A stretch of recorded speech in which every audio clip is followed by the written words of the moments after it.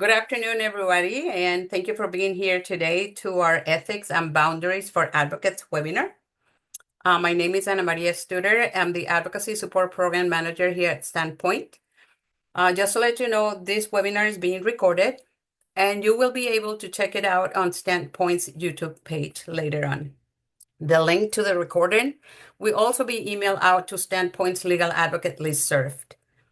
For today's presentations, I'm going to put in the chat box the link for the PowerPoint just to make it easier for you all to follow along. My role today is to facilitate the webinar. If you have any questions during the presentation, please type your question in the Q&A tab or the chat box, and I will pass the question along to the presenters. Most of you probably already know about our organization, but for those that listen to this later and those that don't know, Standpoint is a statewide organization. We are a team of attorneys and advocates working to assist individuals who have experienced domestic violence, sexual violence, or trafficking when it includes domestic or sexual violence.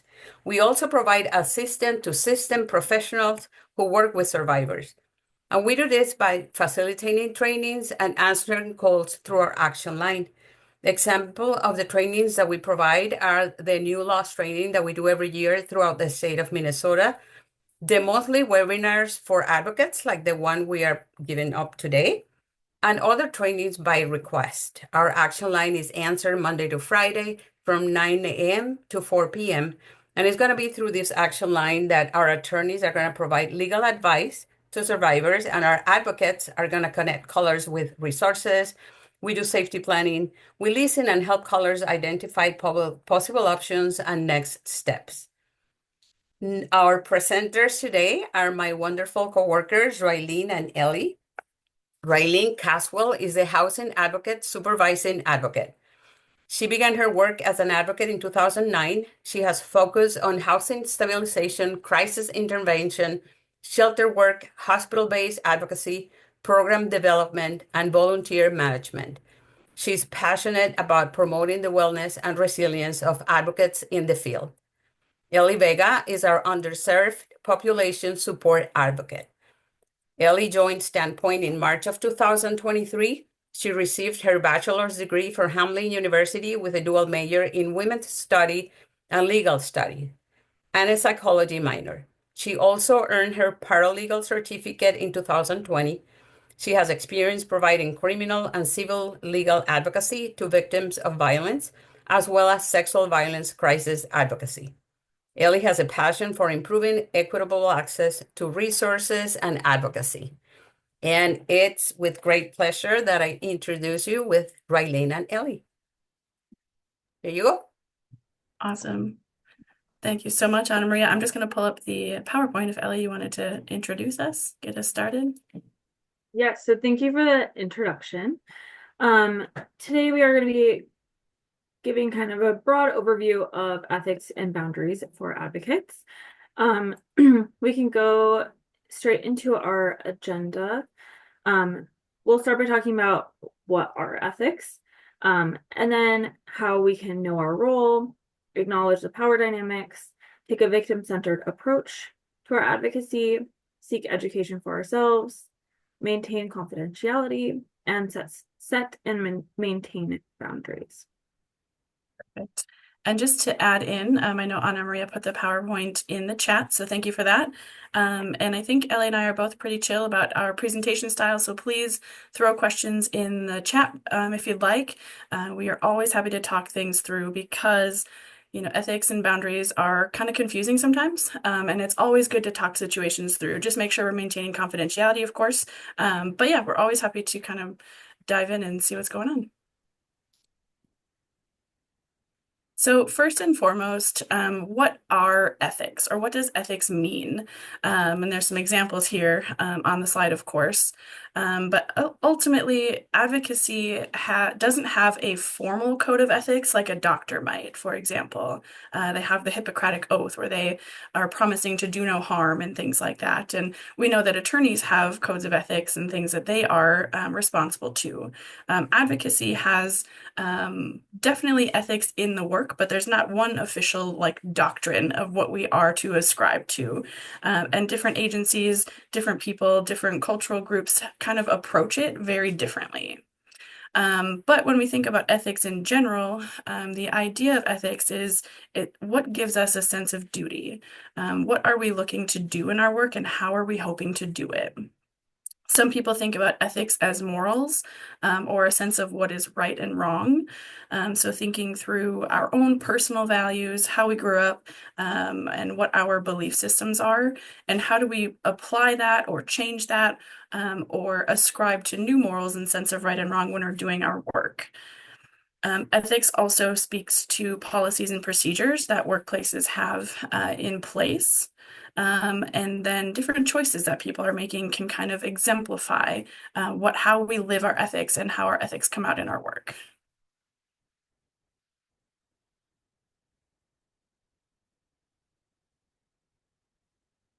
So when it comes to ethics, when we're thinking about ethics in terms of advocacy, again, we don't have an official ethics code. Again, there's lots of things we all kind of generally know, but it plays out very differently when we're thinking about our role and our agencies. So there is definitely guidance. So you're not just left alone to try and sort it out by yourself. So first and foremost, when we're thinking about ethics for advocates, we want to think about the overall movement as a whole. So we want to think about gender-based violence. We want to think about, domestic and sexual violence and trafficking, and what are the ethics that the movement as a whole can adopt, or the things that we are working toward. So we have to take that into consideration when developing our own ethics. We also want to think about advocacy as a profession. A lot of times describing advocacy to someone is kind of complicated in how we do our work. We have, based on peer support, there is, 40-hour training. There is training absolutely available, but it isn't necessarily something that you go to school for and you take these 5 classes and things like that. So how do we show up in our work and treat advocacy as a professional role? How do we honor that space as an advocate? And how do we do that work in our own agency? Then the next piece brings us to our agency's policies and our different roles in the agency.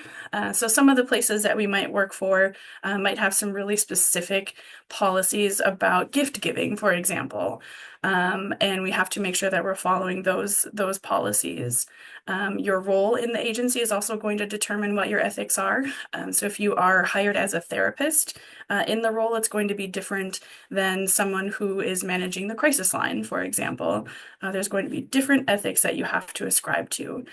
So in that space, you really have to know your role and your agency's policies. Then we also have to think about the ethics of the people that we serve and how we serve them in the work that we do. So everyone brings in their own kind of sense of right and wrong when we're interacting with folks, and we want to make sure that we're not stepping over our own personal boundaries and ethics, or taking over for somebody else's. And then finally, you do bring your own personal ethics into the work as well. And there is room for that, absolutely. We just have to make sure we're fitting that within all of these other spaces. It's not that your personal ethics take a backseat to everything else, but we have to make sure that we are being ethical to all of these other kinds of groupings, I think, if that makes sense, so that we can continue to be an ethical advocate in our role and doing this work together.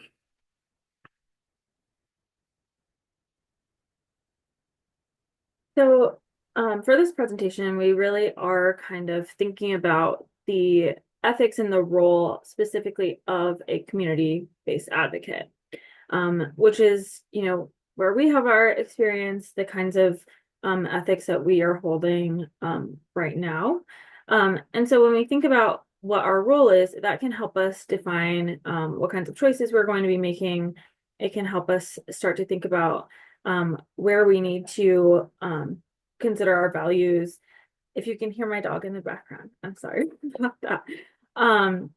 Hopefully you can't hear her.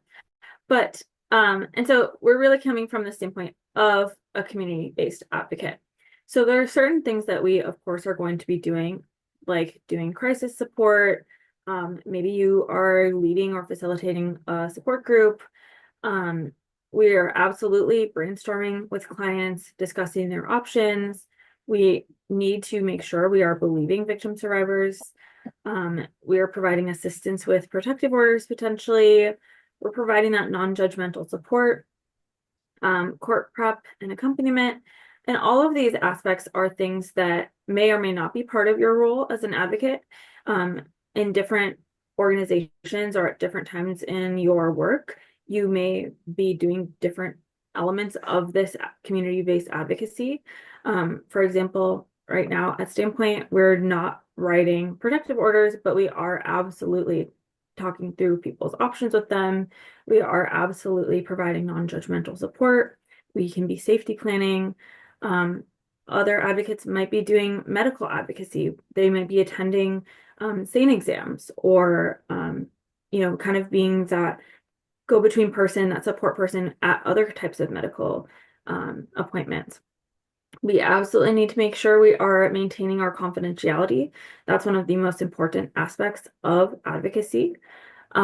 Supporting the victim survivors' decisions, and all those other kinds of guidance or assistance that might be coming up for you in your role.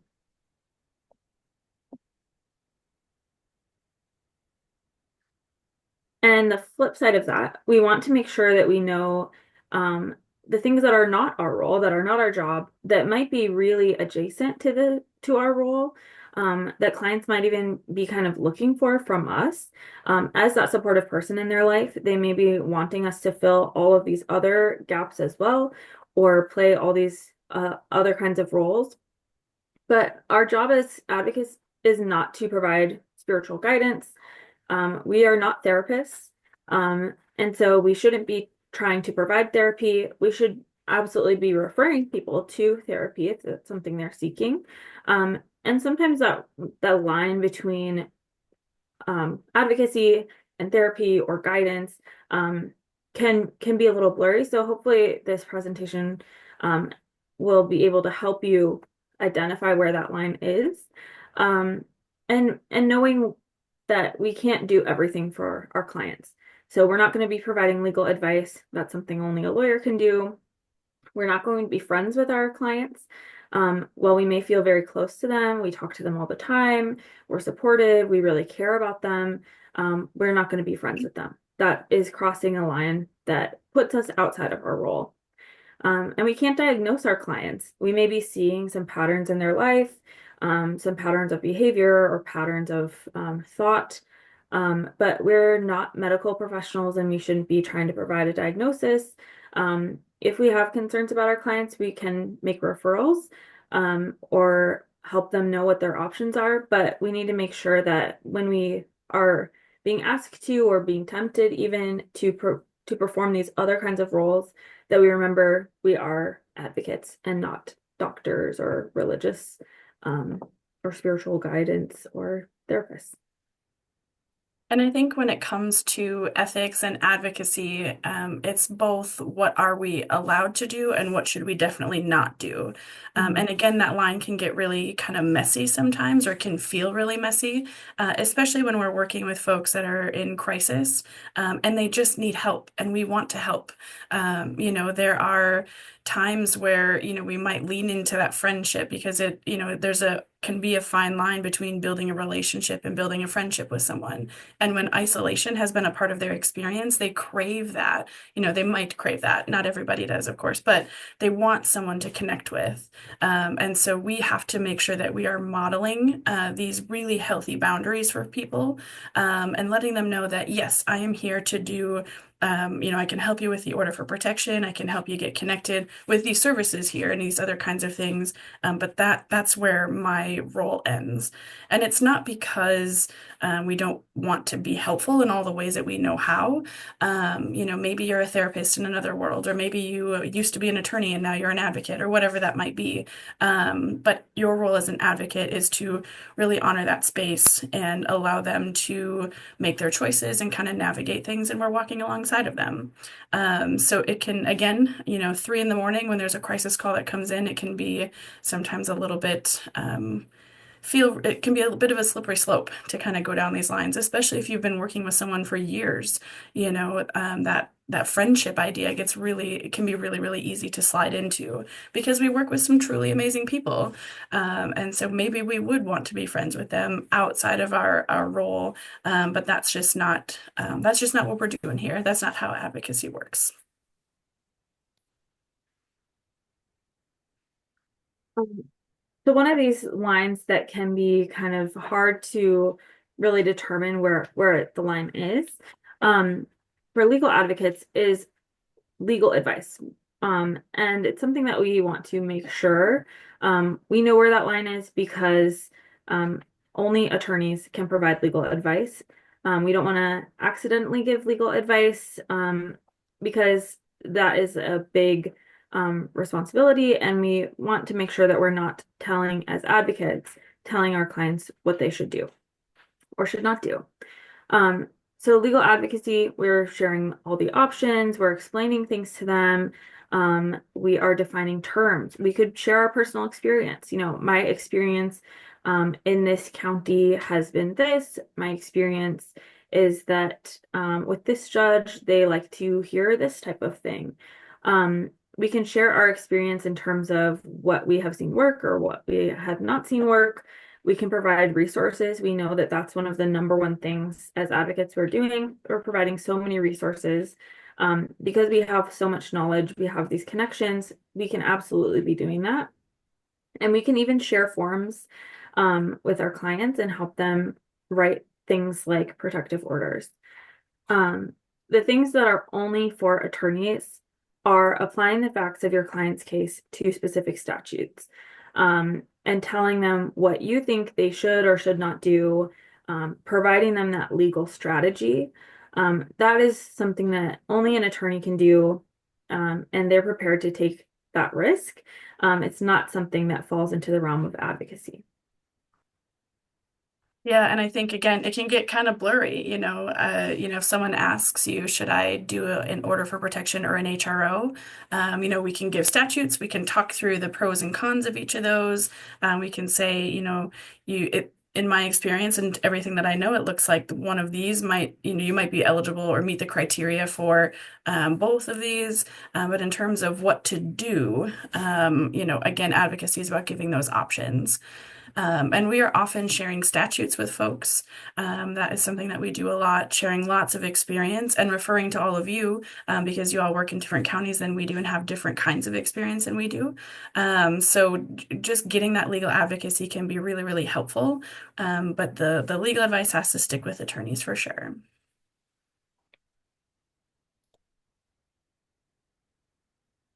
Then when we're thinking about advocacy, it's really important to be keeping in mind the power dynamics of our role. Because we are advocates and we have access to different resources, information, knowledge of systems, all of these different things, that's something that we really, really want to be acknowledging in our work. We are service providers. So folks are coming to us with questions, with things that they need, and things like that. And we are supposed to be providing those. So that relationship is already set up as unequal. Because we have something, whether that's information or shelter or whatever that might be, that the client needs or needs access to. When we're working with folks, we also have access to their personal and private information. So we have lots of paperwork all the time. There's intakes that are done, questions about their situation. Sometimes they're coming to live at our agencies and we're seeing their kind of personal lives, kind of as we're working with them. So we have access to a lot of information about the person that they don't have in return. And they shouldn't. They shouldn't have access to our personal and private information either. But that also sets up a power dynamic that we need to be aware of. We also, again, have knowledge and connections that the victim survivors we're working with might not have. So again, maybe you have a connection at your local county for information on rental assistance or something like that. Or you are a legal advocate and you can talk with the shelter about getting someone into shelter, whereas the victim survivor might not have that. So again, you have more power in that sense. Not to say that the victims and survivors don't have agency, of course they do, but we have something that they need. Additionally, we have to remember that folks we're working with are in crisis or recently out of crisis or moving toward crisis, or they're in some sort of crisis state when we're working with them. Whereas we might feel stressed a lot. I know we're understaffed and there's always more work to be done, but we are not in crisis like the folks that we work with are. And we know with crisis comes trauma and all of the impacts of trauma on our brain and our ability to kind of process and kind of navigate the world. Um, and so we have to keep that in mind too. So we have the ability to take a breather and kind of process things in a very different way. And then when it comes to power dynamics, we're really trying to build and maintain trust and create a safe framework for the way that we do our advocacy, the way that we are working with folks. And the ways that we build trust is going to be really, really important. We know trust is essential for people to talk with us about what's been going on, especially when there is kind of the trauma and the shame and the fears of domestic and sexual violence. So we are doing everything that we can to build and maintain that trust. And that comes with consistency and using our powers for good, essentially, and not withholding things from people, not special treatment. And we'll get into some of these things as we kind of go along.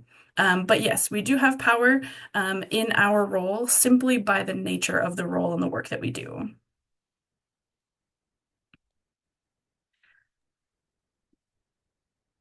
Sorry. Yeah. So, this is something that probably looks familiar, but maybe this version is new. I think most of us have seen the power and control wheel, but this one is specific to service providers, and advocates.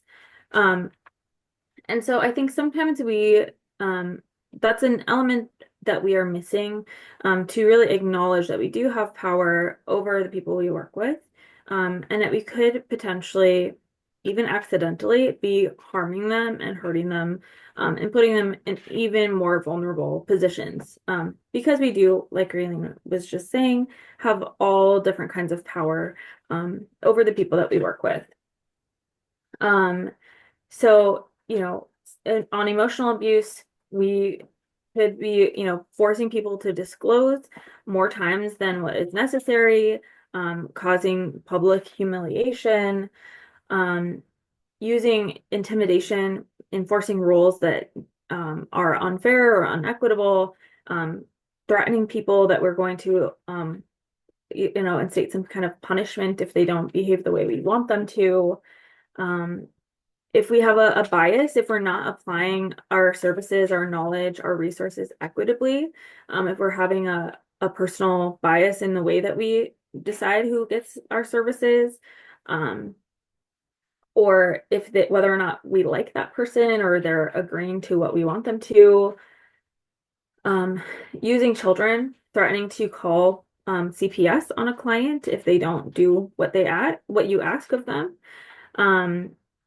accusing survivors of working the system, not believing them when they disclose something to us, punishing their coping mechanisms. There are all kinds of ways that we as service providers can be utilizing abusive tactics against victim survivors. And so this is a good resource to be able to look back on and make sure, that you're not falling into any of these kinds of behaviors. And maybe noticing these things in even your coworkers or the policies at your organization, and trying to avoid the use of harmful power and control over our clients. I think too, this is something that was new to me. I had only seen this within the last handful of months or so. And for a little tiny bit of background, it was written by, I believe these two folks are advocates or were advocates at the time. And it was written around 2000-ish, give or take. I don't have the exact year off the top of my head, but somewhere around there. So I think a lot of these things have changed. We still might have curfews, for example. You see curfews up there a lot. But in my experience, at least in shelter, they are a little bit more flexible. Not always. But some of this stuff has changed because we have recognized with trauma-informed care and things like that, that this isn't always the direction that we want to be going. But there is still some really good things to be aware of. I still hear, accusing survivors of working the system.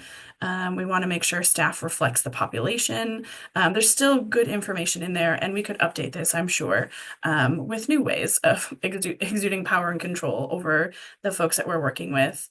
This is specifically in shelter, but it can also apply in other ways for folks that are not in shelter.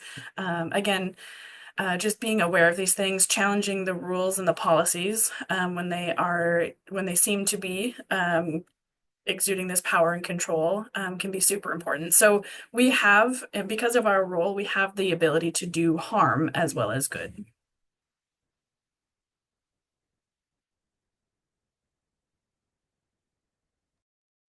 So we really want to be prioritizing victim-centered justice, victim-centered methods of advocacy.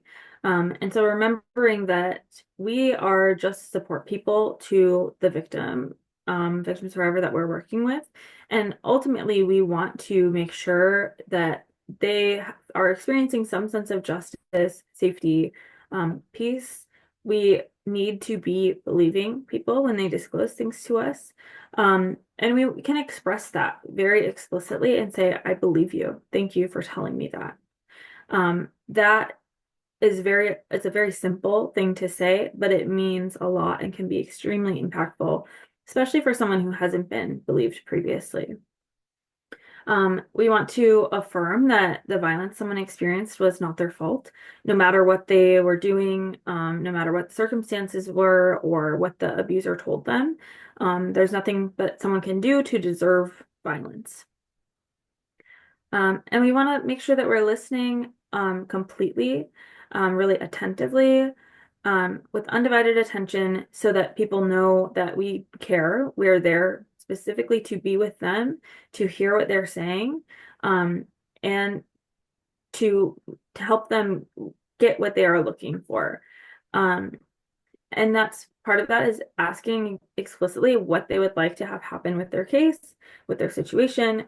Of course, this is going to depend on exactly what your role is, whether you're doing, court accompaniment or writing an OFP or working with them in shelter. But asking them, what is your priority? What is your ideal outcome? What would you like to have happen? Sometimes we know not everything is possible, and we may not, as advocates, have the power to make that come true. But we can absolutely help them, provide them the options and resources that are required to get to that goal, and let them know all of the steps that they could potentially take to get there. And we need to show them that their concerns and their wishes were considered. This is something anyone who does court advocacy will absolutely know. Sometimes as advocates, we can't control what happens in court, but we want to make sure that they are being heard and listened to and considered, even if ultimately what they wanted to have happen didn't happen. Knowing that someone does care about what they want, what their wishes are, can be really healing, and is really important as advocates that we are making sure to do that. Yeah, and I think, I have absolutely made the mistake before of assuming I knew what people wanted, or based on their situation, I had my top 3 resources ready to go. I'm the housing advocate here, so, someone once told me a long story of what had happened in terms of their housing situation. Luckily, I paused I ask all the time, what do you want to have happen here? If you could decide, what would you like to see? And their answer was absolutely nothing to do with housing. So they were telling me their housing story, but it had their wants and needs were very, very different and had nothing to do with me and the housing work that I know. So it can be really, really good to ask people what they want, because sometimes when we've been doing this work for a while, or when we're just learning about the work, we think we kind of have a good idea, and oftentimes we have some good knowledge and good experience. But it's always good to check in and make sure that people's wishes are heard. And again, not everything is possible.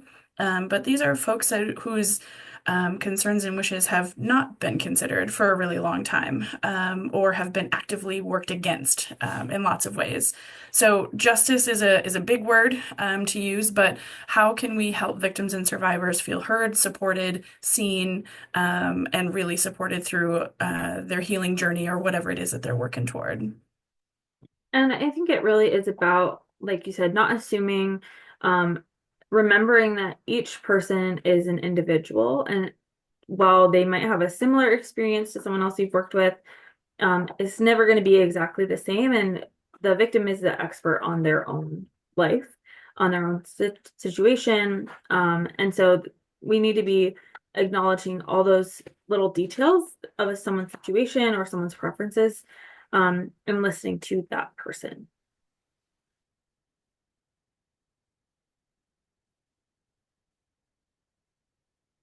So kind of thinking about how do we do this? How do we help keep victims and survivors centered when we're doing our work and making sure that we know all of our work is guided and led by the victims and survivors we see? First and foremost, when it comes to advocacy as a profession, we have to remember that self-determination is the most important thing. We always want to be supporting the choices that the clients, participants, victims, survivors, whatever words you're using at your agency, are making, even when we disagree. So when working with really new advocates, a lot of times, if let's say someone returns home, the question is always, oh my gosh, how could they go back? I'll never understand it. It's so scary and terrible. And we can worry, we can absolutely worry about folks that are making choices that we don't necessarily agree with, but we have to support them in that. And it can be hard. It can definitely be hard when people are making choices that could put them at risk, or we think that they are going to be less safe. But that self-determination is super important. So that people can be in charge of their own lives for once. They can finally make choices that feel supportive to them. And again, not everything is realistic. Housing for one, complicated. There isn't enough of it. It's super expensive. So we don't always, find housing for folks, and we're not always able to, help someone get set up in their own first place. But maybe they move home with mom for a little while, and that's a good choice for them to kind of build their savings up or look for new housing or whatever it might be. If someone feels that they have made their own choices and didn't feel pushed or steered in one direction or the other, it's much more. I'm not a social scientist or anything, but I feel like they're going to feel much more confident in following that path.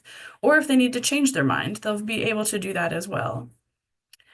Keeping victims centered also minimizes re-traumatization that can be associated with the criminal justice process. We all know that that is a long battle in lots of ways to go through a criminal court proceeding.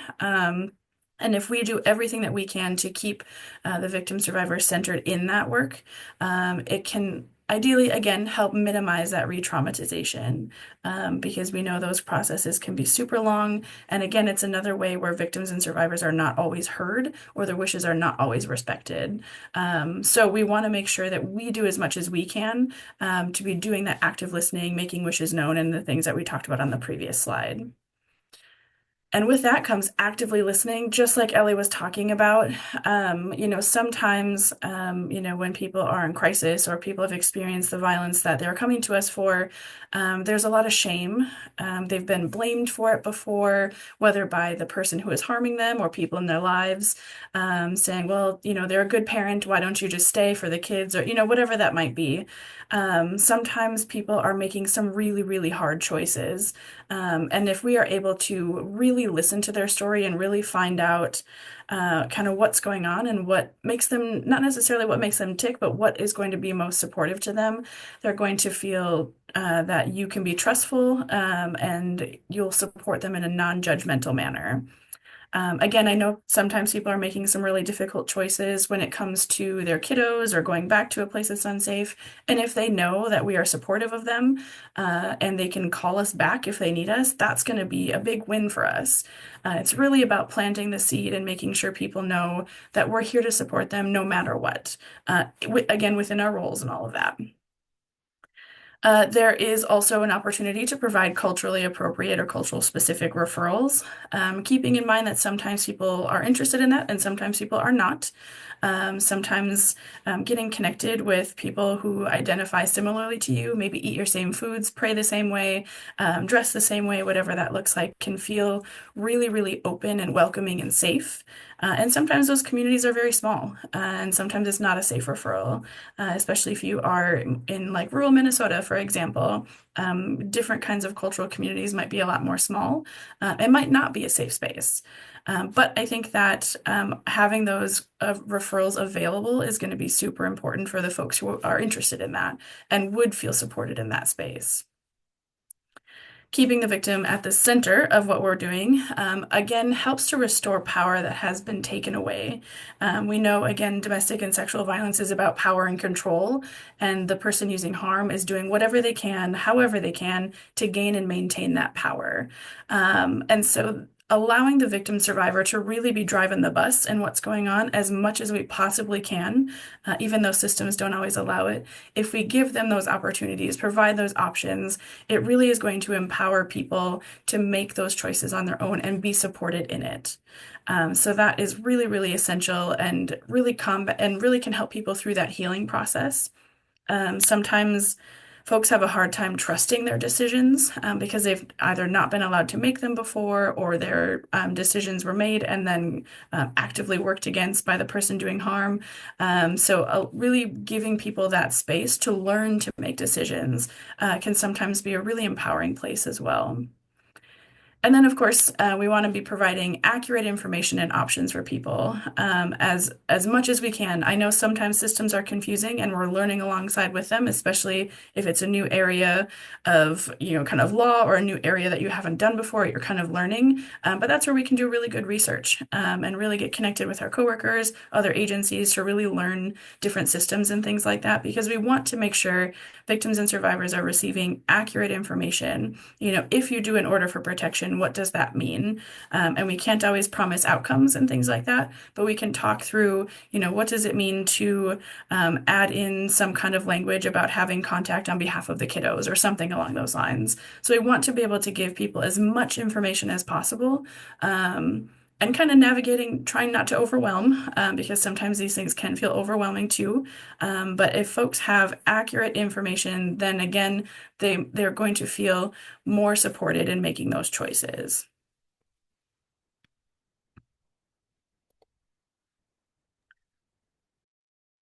Okay, so why are you asking me that? This may be a question that you actually hear from a victim survivor you're working with.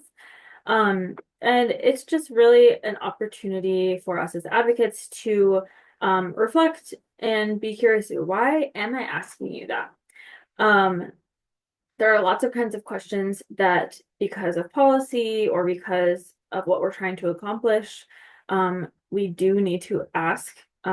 We need to ask a lot of questions, whether that's demographic questions. If you are working at the kind of organization where that's a requirement, maybe you have an intake list of questions that you need to ask before someone can be admitted to your program. Maybe you are asking because you're trying to get to the root of the information. With housing questions specifically, a lot of times we need to ask questions that people maybe feel are too personal or none of our business, which is fair. But in order for us to get to that answer for them, we need the answers to those questions. But remember that when you are working with a client, you are a stranger to them. Unless and until you have been working with someone for a long time, you really are a stranger. You're a person that they don't know, and they're not sure probably yet if they can trust you, if you're a reliable person, if you are someone who's going to be providing them, like Raylene said, with accurate information, or if you're actually going to be able to help them accomplish what they're trying to. We want to make sure that when we are asking questions, we are not asking just for curiosity's sake. Sometimes the people we're working with have situations that are interesting things we've never heard of before. Maybe we, are getting that kind of that same little kind of like brain tickle that we get when we hear like gossip. Um, but we want to make sure that we're remembering our role in those times as well. Um, and that we really are not in this role so that we can hear a crazy story. We're trying to get information from the people we're working with so that we can support them, so that we can provide them correct referrals or resources or information, and not because it's just so interesting. Thinking about what do you actually have to ask? Like I said, demographics. Sometimes, depending on how you're funded, you need to ask specific questions like race, or ethnicity, or what county someone lives in. Maybe you need to ask them their income. It's because you have an income eligibility requirement. Maybe you're asking them, about what kinds of places they go on a daily basis because you're trying to safety plan with them. And so making sure that the questions we're asking are thoughtful, that we do have a purpose for asking, and that we're not just asking random questions, kind of feeling around in the dark, or because it's an interesting situation that we are just curious about. Clients should not be gossip fodder. A lot of times clients are in situations that are really unique. Sometimes there are things that we may feel personally are like outrageous or, um, you know, really a wild situation. But we need to be respectful of our clients. We need to absolutely maintain our confidentiality, and we should not ever be gossiping about our clients. There are times when we need to speak to our coworkers about situations that are happening in our clients' lives. And that's different from gossip because we're doing it to get support. We're doing it to help get answers. Maybe we need someone else's brain to help us think about a creative problem solving. But we're not doing it just for, the kind of joy that comes with gossiping about something. And remembering that when clients don't want to answer our questions, that is fine. They don't have to answer our questions. It might mean that they're not eligible for our program unless they are able to answer those questions. But that's their choice. We're not forcing people to utilize our services.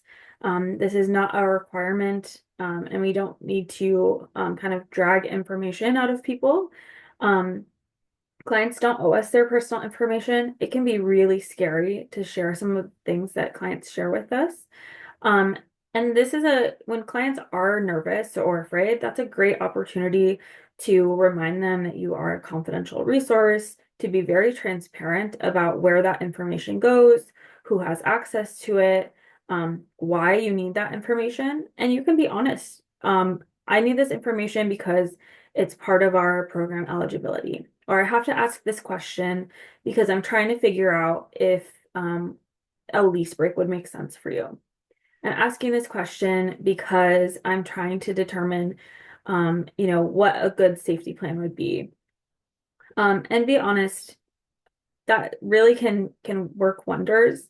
And it helps you and the client have a good respect. It can help you build rapport, and it can help them trust you with a lot of scary questions or information that could be dangerous if it got out. And be non-judgmental. When a client gives you information, you don't want to have a reaction that's going to make them regret sharing that information with you. Remember that you're asking because you need that information or you're trying to figure something out. And don't have an expectation for what their answer should be. And also not defensive. If a client feels uncomfortable with you, if they feel like they need to build some more trust before they're able to give you that information, or if they're just no longer interested at all, if they have to give that information, we don't need to be defensive. And we don't need to become upset with our clients for not wanting to provide that information to us. And I think just to add to everything that Ellie's been talking about, if you are being told that you need to ask a question, it's okay to ask why. Like, what is this information used for? I was having a conversation with some folks that work in shelter with me, and we were talking about why do we ask people if they are currently pregnant? And it's kind of some holdover from could we have pregnant people on the top bunk kind of a thing in terms of liability. So it's not super an issue anymore because of the way that shelters kind of changed after COVID. But just sometimes knowing that history of why are we asking these questions and should we continue asking these questions can be really helpful. And even if you do have to continue asking that question, then you can be more transparent about why. So I think that those can be, those are really good questions to have with supervisors, with teams, whatever that might look like for you, if you are unsure. And there may be some kinds of questions that you need to ask, but that don't require an exact answer. Maybe you can get a range rather than a specific dollar amount of money that your client makes. And sometimes that can be helpful. If it's not a question that you absolutely need an answer to, you can always ask, if you're comfortable sharing with me, do you, what county is this case in, or whatever the question may be.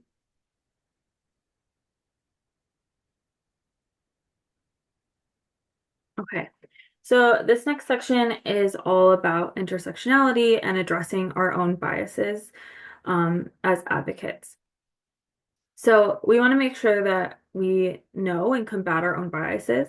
Every person has biases. It's impossible to grow up in the world and not have any biases. But we want to know what they are, and so that we can counteract them and make sure we are acting equitably, being inclusive, being thoughtful about our actions and our choices as advocates. We want to understand compounding violence and barriers that certain clients may face because of their identities they hold or communities that they're part of. Understand the different risks and resources for each individual client, depending on where they fall, in different identities. It could be geographically, socioeconomic, their race, what language they speak, their ability, whether or not they have children, all kinds of things. As advocates, we should be anti-racist, anti-sexist, anti-heterosexist, anti-transphobic, anti-ageist. The list goes on. We don't want to be discriminatory in our advocacy. We need to make sure that we are being intersectional, being inclusive, and being equitable in our work. These are some common barriers really for all victim survivors, but they may be greater for victim survivors who fall into an underserved population. An underserved population can be a lot of different things. Some examples are people with disabilities, BIPOC people, women, people who are gender nonconforming or trans, youth and elders often are underserved populations. People in rural areas are often underserved. There are all kinds of underserved populations, but and we do have some presentations that dive deeper into specific underserved populations. And if you have questions, definitely reach out. But these are some examples of additional barriers on top of already trying to escape violence and seek safety that a victim survivor who falls into one or more underserved population may be facing. There is often a much greater fear of law enforcement because we know a lot of historical trauma with law enforcement, specifically immigrants, Black people. There is a lot of fear of law enforcement because law enforcement has been very violent to particular communities. And they maybe even specifically have had a personal bad experience with law enforcement, maybe completely unrelated to the violence that they're facing, that makes them fearful of reporting, fearful of getting involved with the criminal justice system, and very fearful in general of doing anything about the violence they're experiencing. There can be a lot of distrust of agencies, of organizations. We need to remember that we are systems, we are institutions, and like we talked about a little bit, we are asking for people to trust us a lot, and give us a lot of their personal information that could put them at risk. And so sometimes there's a greater distrust of agencies, because of those different identities. People can be very isolated. When we think of children and elders, they are often not taken seriously, not believed. They may not have any people to talk to frequently other than their caregiver, who might be their abuser. And so the isolation there is really extreme. I also think about for immigrant victim survivors, there can be an extreme isolation if they don't speak a language that is commonly spoken by service providers. It can be very scary to reach out for help. They may not even know how to find that help. They may not know anyone else in the entire country except for their abuser. And that is a really scary situation to be in and can be very hard to reach out. Discrimination and oppression. Each of these underserved populations is underserved because of a history of oppression or discrimination. And for a variety of different reasons, each underserved population has different history and different needs, but victim survivors can face additional discrimination from service providers, including our own advocacy organizations. Economic inequality. We know that there is a huge economic barrier for BIPOC victim survivors. There may be less familial resources or fewer familial resources for helping them flee violence. And economic equality is one of the largest barriers for people leaving violent situations. And lack of culturally specific organizations. Raylene mentioned a little bit earlier, but culturally specific organizations can make people feel a really strong sense of belonging, can make people feel safe. It can make people feel really heard, and it can foster a much greater sense of trust. If someone can relate to you, understands your lifestyle, understands your beliefs, your history, that can put you at ease much faster than someone who is totally different from you, and doesn't understand the particulars of your life. Not to say that culturally specific organizations are perfect. There are still the risks of all of the other things, including power dynamics of service providers. But sometimes there's a lack of a culturally specific organization in a specific area. Rural areas often don't have culturally specific organizations for every population, and even metro areas often don't. But that can mean that people are afraid to reach out because they feel they may not be understood. The person who they're going to talk to can't understand them or wouldn't relate to them, which can be really scary. When I think about the LGBTQIA2S+ community, there are very few organizations or shelters that are well equipped to handle the specific needs of trans victim survivors. And so that can be a reason why people don't reach out for assistance. And just to throw in my own 2 cents here, I think it's also, Ellie mentioned this as well, but I just wanted to reiterate that some of these common barriers are because of specific systems we as a society, as a country, have in place, whether that comes from the laws, whether that comes from our own agencies. These are oftentimes things that people have experienced because of those systems. And these barriers are unfortunately long lasting. And I think we're doing what we can to make progress. But it's just important to remember that even if it's not you are the one like imposing economic inequality on people, it's the systems in place doing it. And it's longstanding, and those impacts are huge.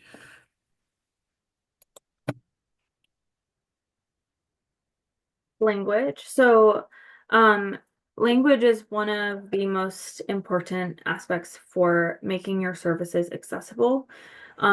We want to make sure that when we are speaking to victim survivors we're working with, that they are really able to understand. So that means making sure that we're speaking a language that or using an interpreter to speak a language that they are comfortable speaking, that they're fluent in, that they truly understand, whether that's a sign language or written or spoken. But it also is more than that as well. For example, we want to make sure we're mirroring language when we're speaking to victim survivors. And that really just means using the same terms that they are using. So if someone describes their abuser as their partner, we don't want to assume that they mean boyfriend.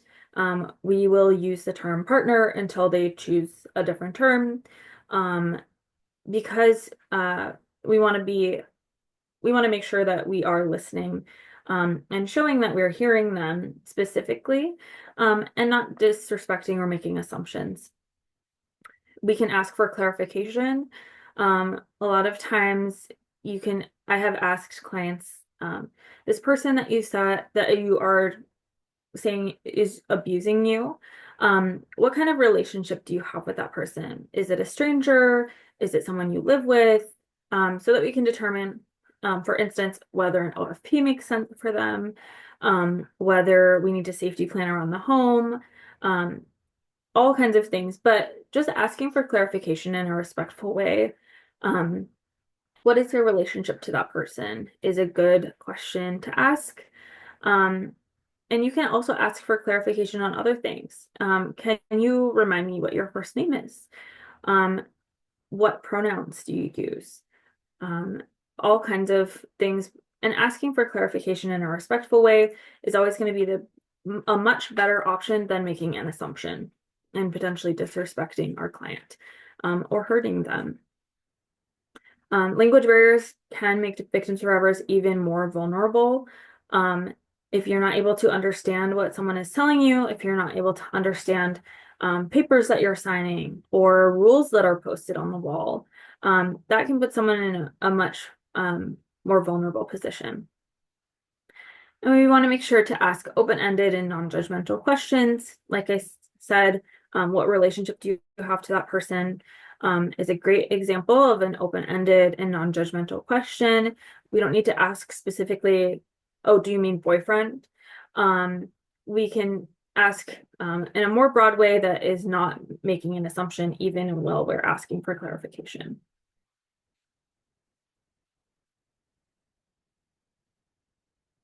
And we are definitely going to work with clients who have differences from us, or have differences from the more typical victim survivor that we're working with. Many people might have cultural conflict resolution traditions, whether that is meeting with elders or a family member stepping into a marital dispute. There are lots of different cultures that have a conflict resolution tradition, and we want to be respectful of that. We want to listen to the victim survivor we're working with on whether or not they feel comfortable partaking in that, if they feel that is a good resolution for them, if it's something that's safe for them, and just acknowledging that that may be something that your client is dealing with. Don't make assumptions. Like I said, we don't want to assume someone's gender or sexuality. We don't want to assume their living situation, or what their needs or preferences might be. Different cultures have different understandings of violence and legality. We might be working with an immigrant victim survivor whose home country has all kinds of different laws that are not even close to what we have here in the United States. And so they may be completely confused by what's going on. So we want to make sure we're being transparent, explaining things clearly, asking questions to make sure we know that they do understand, and taking the time. Sometimes things just take a little bit longer, and we want to be respectful and give that time to a victim survivor to help them understand, because that's really crucial. Some people might feel an intense sense of community privacy, whether that's, they live in a neighborhood where they know their neighbors will be watching if they call law enforcement, and they may be judged for calling law enforcement, or if they don't want to access culturally specific resources because the community is small and they're scared of people they know finding out that they're experiencing domestic violence. Just respecting their wishes, and understanding that that may be a really important reason for them why not or why to do something and make their choice, and supporting them in their choices and being creative about what other options there are for them. You may also work with a victim survivor who has a different family structure than what you're used to. Many victim survivors live in multi-generational homes. They may be living with their children and their parents and grandparents and aunts and uncles all together in one home. And when they're leaving a violent situation, it could be very important to make sure that all of those members of their family are able to move with them safely. So that can cause a difficulty when seeking shelter. Many shelters are not equipped to hold multi-generational families. So we may need to be creative in that way as well. And victim survivors may also be polyamorous. And so they may have multiple partners, or their partner may have multiple partners. And so we just want to acknowledge that that's an option and be non-judgmental. So some key considerations with all victim survivors you're working with, but especially if you're working with a victim survivor from an underserved population, build trust and explain as much as possible. Take that time, be attentive, make sure you're explaining things as clearly as you can, and explaining as much of the process as you can. Acknowledge their fears and concerns. All of this is really scary. It's really daunting to leave a violent situation. It can be so scary to get involved with the criminal justice system or to file a protective order.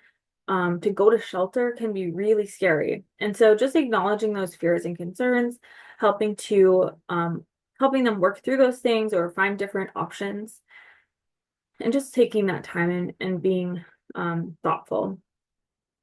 Making sure that we're being survivor-centered and trauma-informed when we're working with clients, trying to not force them to disclose over and over and over again, making sure that we're thinking of them as an individual person, and not as kind of just a number or a situation. This is a person that you're working with.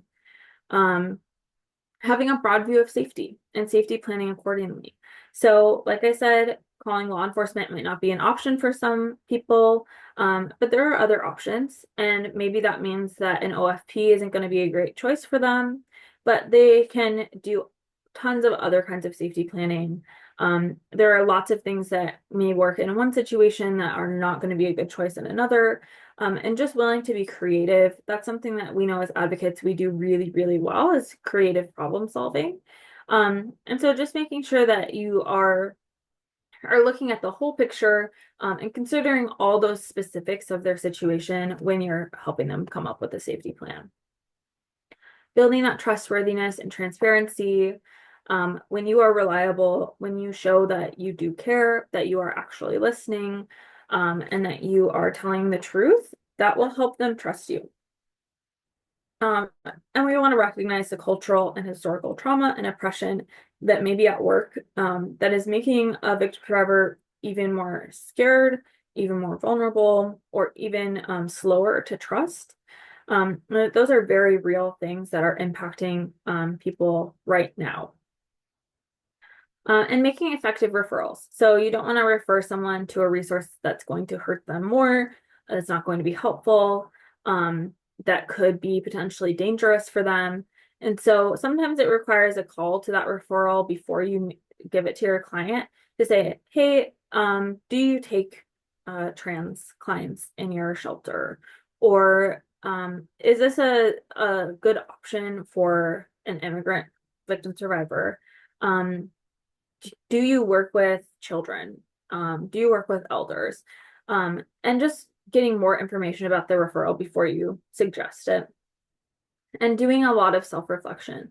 That's something that is maybe not always easy, but is really worthwhile to address our own biases and prejudices, to make sure that we are being the best advocates we can possibly be and doing as little harm as possible to the victim survivors we're working with.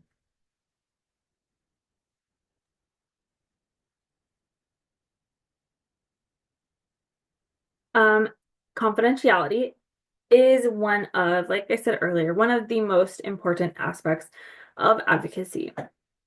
Because we are confidential resources, our clients are able to tell us things that they otherwise would not or could not, because it's really personal, because if the information gets out to other people, it could bring them harm, because they fear other kinds of outcomes like criminal justice outcomes or immigration outcomes. And so we need to maintain our confidentiality. We can express that we are confidential to our clients to help reassure them, to explain to them where their information is going to go. And this helps us maintain our clients' safety, and also helps empower them to utilize us as a good resource. We want to make sure we are refusing to disclose when pressed for information, whether that's by law enforcement, by judges, by partner organizations, or even other people in the victim survivor's life. Maybe a family member is calling, asking for information because they want to drop something off or provide information or be helpful in some other way. That's not a malicious request, but it could still put our clients' safety at risk.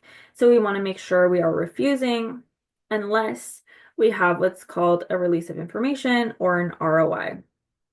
Essentially, this is a document that allows us to share information with someone else in very specific ways. This is something that a victim survivor can voluntarily sign, should never ever be pressured into signing. But a victim survivor could voluntarily sign, for example, to allow you to share information with another service provider. Maybe the service provider needs to know that they are a client of yours so that they qualify for eligibility, for example. And so you want to be as specific as possible when you're filling out a release of information, who the information is going to, how it's getting there, how long it's being shared for. And we want to make sure we're discussing the risks of a release of information. Any kind of release of information or sharing of information always carries risks, whether that's a safety risk or a risk otherwise. And you can't unshare information once it has been shared. So being careful before information is shared is really the best and the only way to do it, because we don't want to have a regret later on that we shared too much or shared something we shouldn't have. It's better to err on the side of caution and not share unless we are absolutely certain that it's something we are allowed to share with that specific person.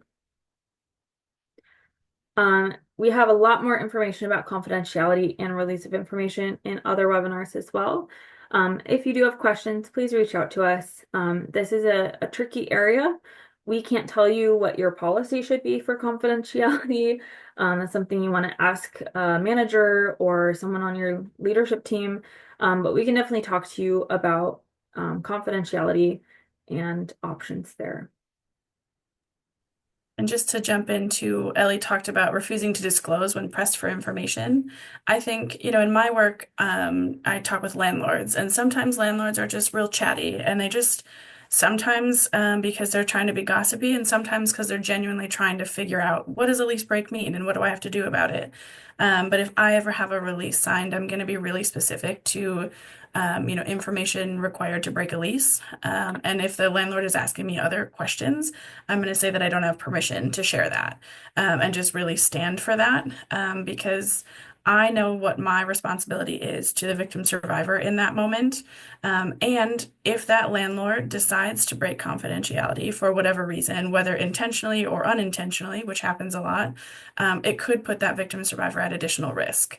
Maybe the partner found out about the lease break or whatever. This is obviously a really housing specific example. I'm on my little soapbox here, but I think it's just really important to get comfortable pushing back, or asking more questions, or saying, I'm going to have to check in with someone about this before I'm able to share, something along those lines. Really, really getting clear about where those boundaries are and asking questions when you have them. And again, you can always call us too. Absolutely. It's so important to protect our clients. Um, because we have so much power over them, we do need to be really serious about protecting them.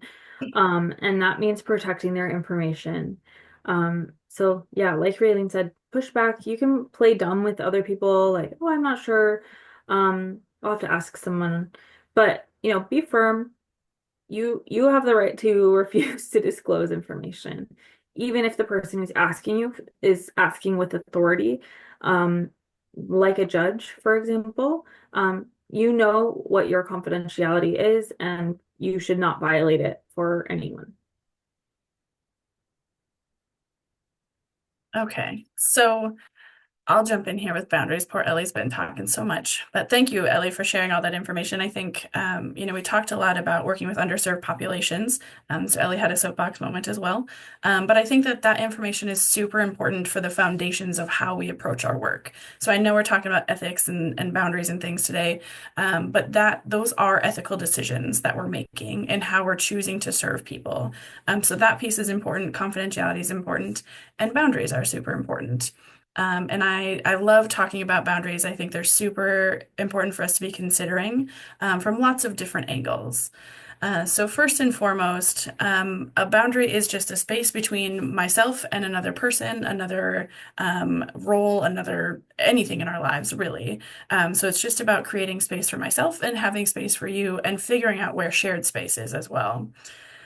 So when we're thinking about our boundaries, it's really important to evaluate because, first and foremost, we want to be making sure that we're doing what we can to prevent or minimize burnout and vicarious trauma. In doing this work, it's almost a guarantee that you will experience those at some point in time, if you haven't already.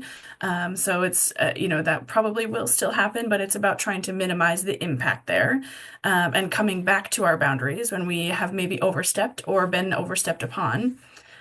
Um, Boundaries are also really important to model for the folks that we're working with. When people have experienced domestic or sexual violence, those boundaries have been repeatedly violated in so many different kinds of ways.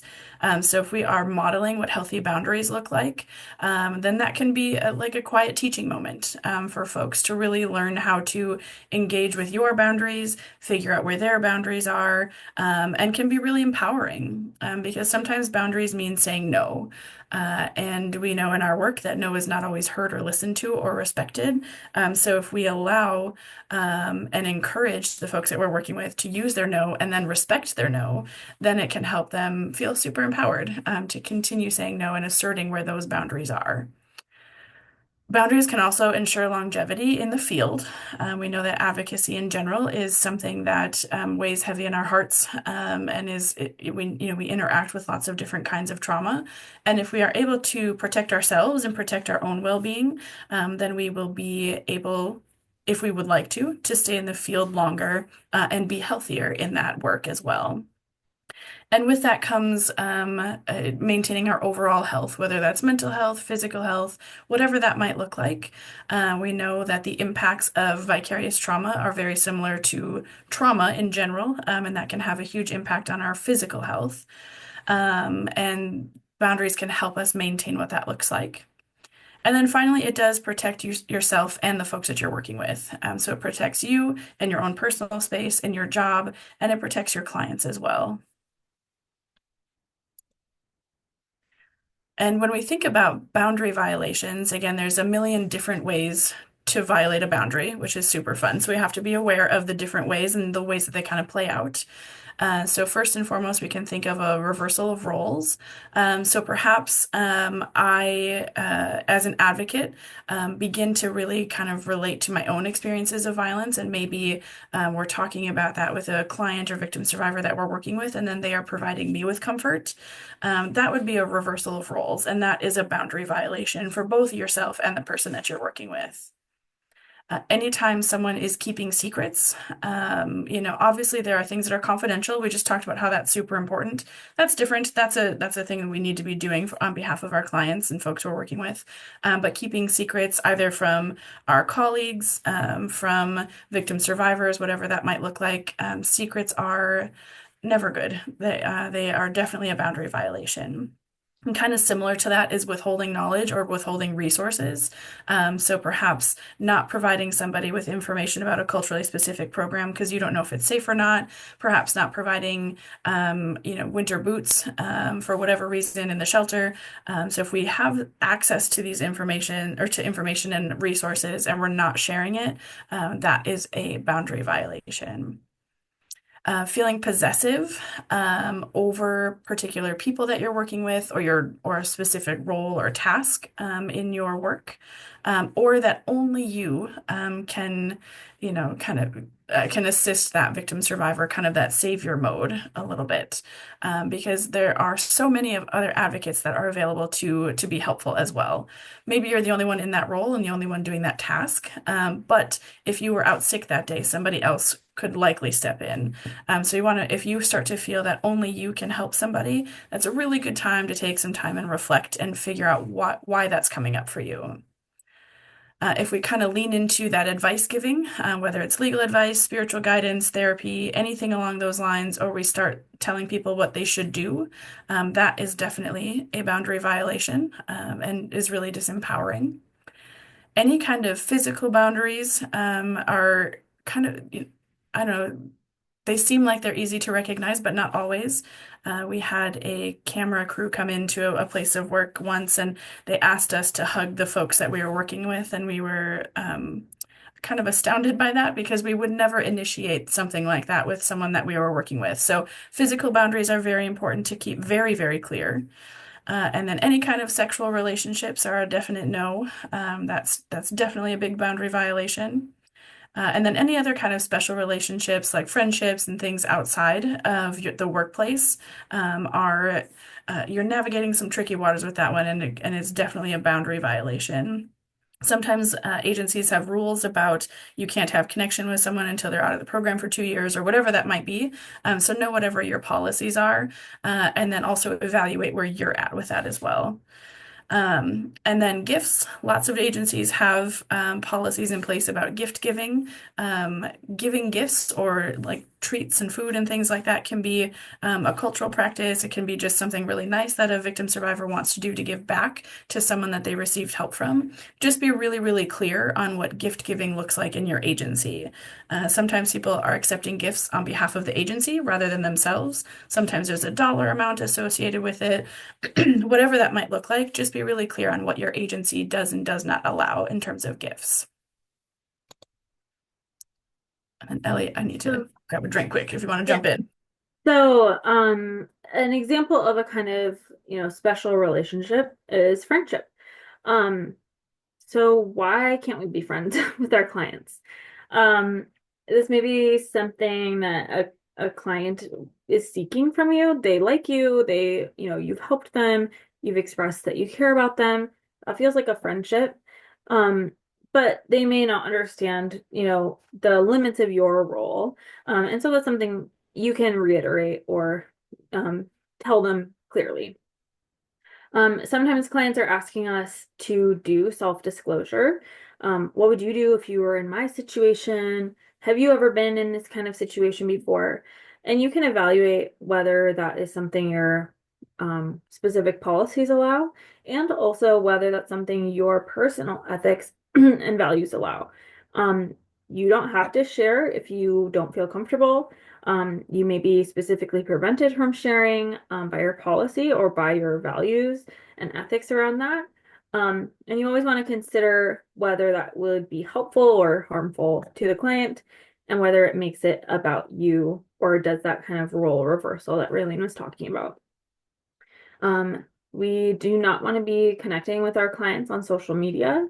In most situations, because that's something that is involving our private lives.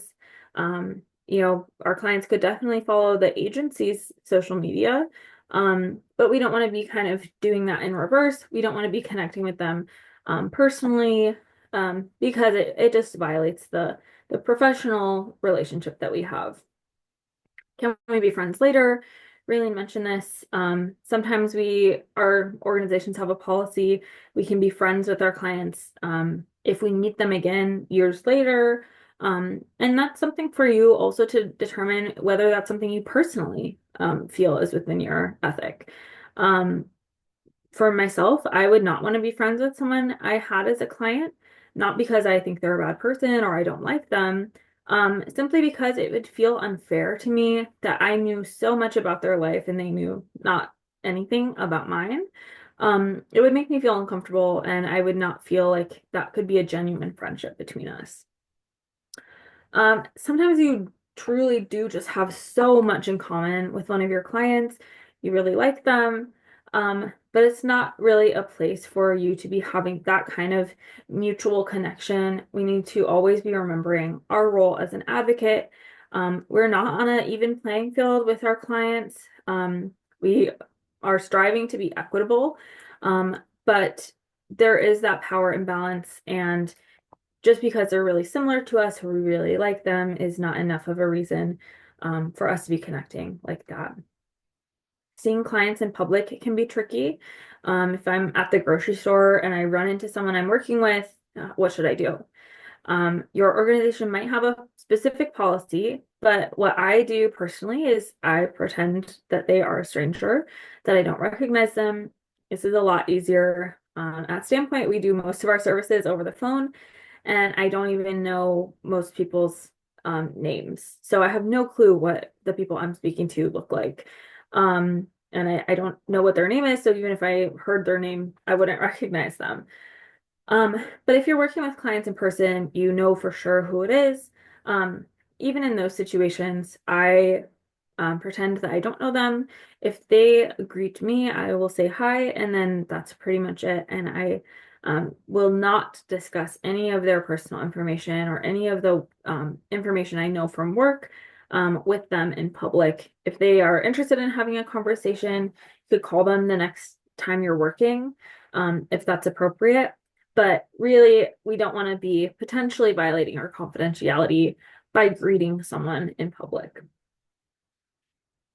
And I hide. I just avoid because maybe I'm with friends or family or something, or maybe they are.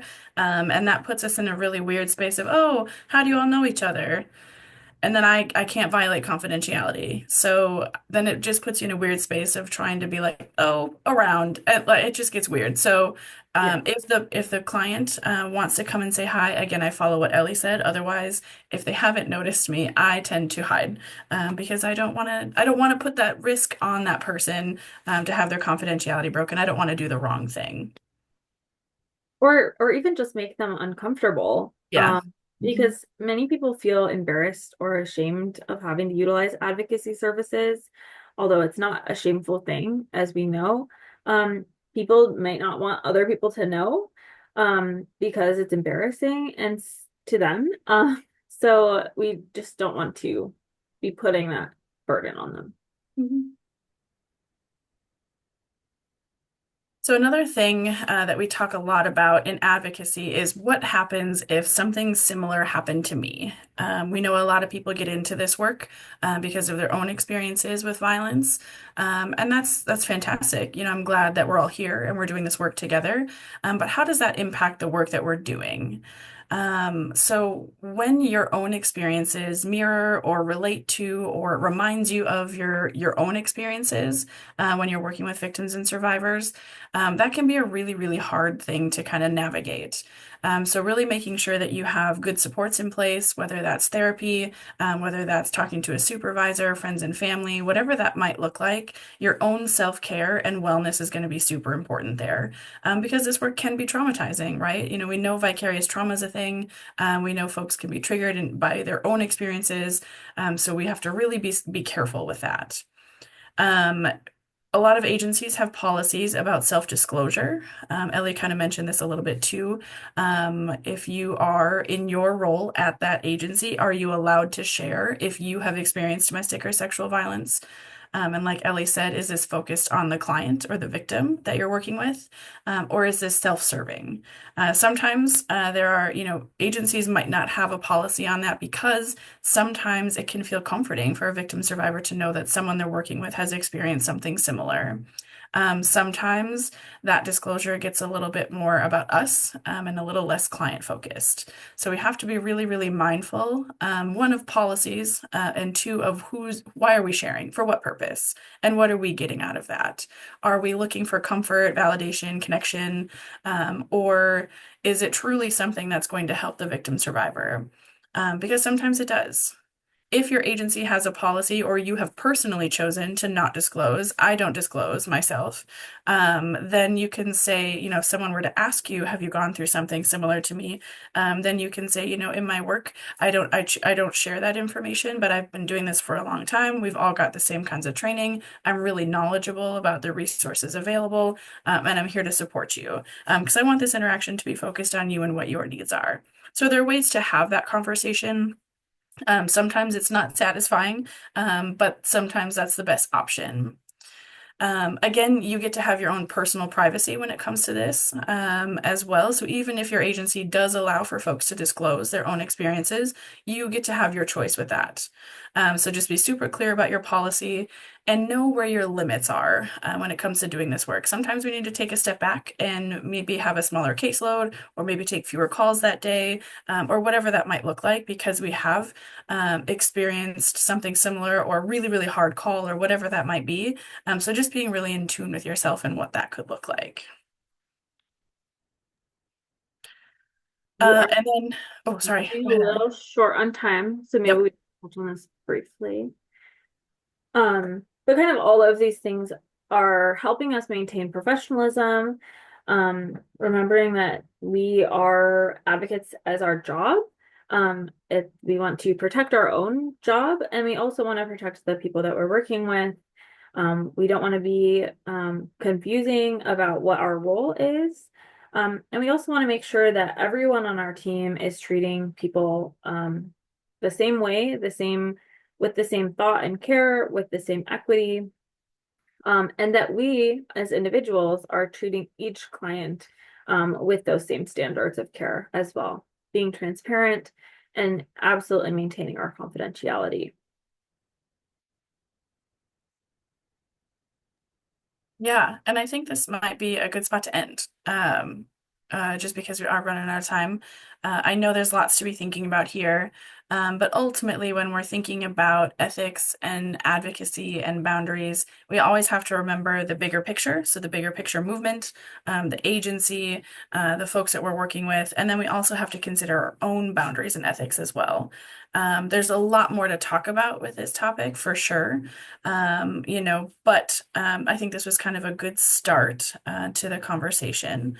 And I know we had lots of other examples and things to provide, but I think this is probably a kind of a good spot to end, just to be respectful of everybody's time. I don't think I saw any questions in the chat. It was lots of Ellie and I chatting things through. But if you do have questions, we'll be happy to hang out for a few minutes and kind of talk things through.